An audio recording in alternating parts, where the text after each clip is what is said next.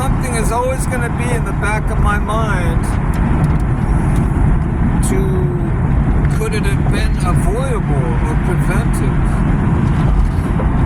This tragedy that just occurred tonight or today. My mother passing away. She was only 71 years old. And, you know, I mean, she was on a lot of medication. She has been for 20, 30 years. So who knows what that did to her body. But it just seems to me that the right variables and right mixture of formulas and the right kind of atmosphere, her life could have been prolonged. You know, the right algorithms, the right whatever technology is available, she could have continued with us into her 80s at least. You know, I mean, it's always going to be haunting me that maybe her life could have continued. Maybe there was something that we could have done that would have helped her live longer. You know, I don't like to give up so easily. You know, I mean, that's our survival instincts there, but I'm just wondering why she had to be let go for so soon. I mean, she was in the hospital, I think, for about a few weeks. They were talking about transferring her into a hospice or a hostel, whatever you call it. Those places, those nursing homes. But I'm really kind of disheartened, kind of upset a little, kind of concerned. You know, supposedly the rest of my family members that are up there did the best they could, did all that they could do to assist her and help her, but it was beyond their control. It became beyond their control after a while, and they had to hand her over to the professionals to help for her to be continuing to have proper help, professional help. So doctors and nurses and caretakers, they all intervened and took over. So I suppose that was better. And I'm just wondering, you know, because I wasn't there. Last time I was up there was about 3.5 years ago. I was up there visiting my mom, and man, she didn't exhibit any of those symptoms that I was told. We were having a normal conversation.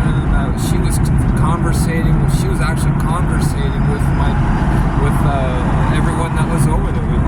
All my family, my cousins, my nieces and nephews, my sister, my dad, my mom. They were all communicating, and myself. We were all communicating great. There was no lack of. There was total cognition with my mom. My mom understood everything. And then all of a sudden, I hear just about, I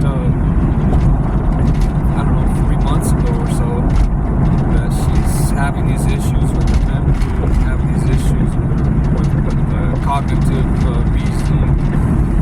And it's like, man, I mean, could something like that happen like that, like that quickly?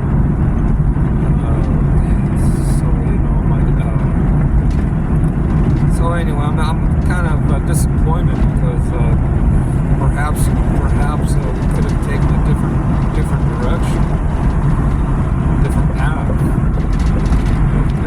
At least her life would have been prolonged, at least another 8 or 9 years, maybe.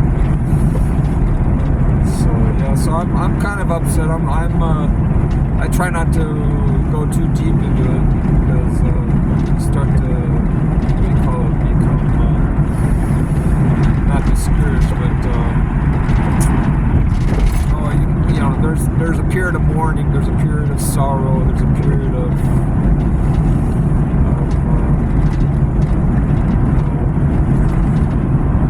so I feel bad that I wasn't up there, but recently, but I kind of have my hands tied up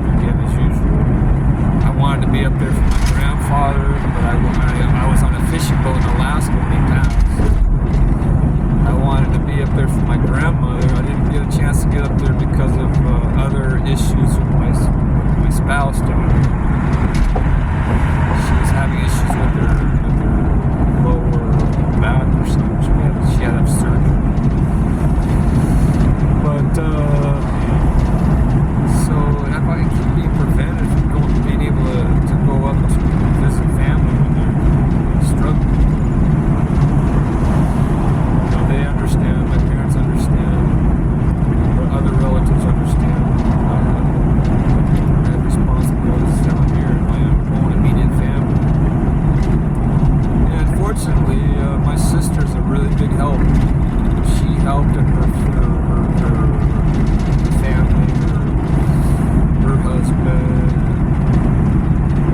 her former husband, and their kids, and her kids. They all pulled together and contributed to helping my parents out when they needed help.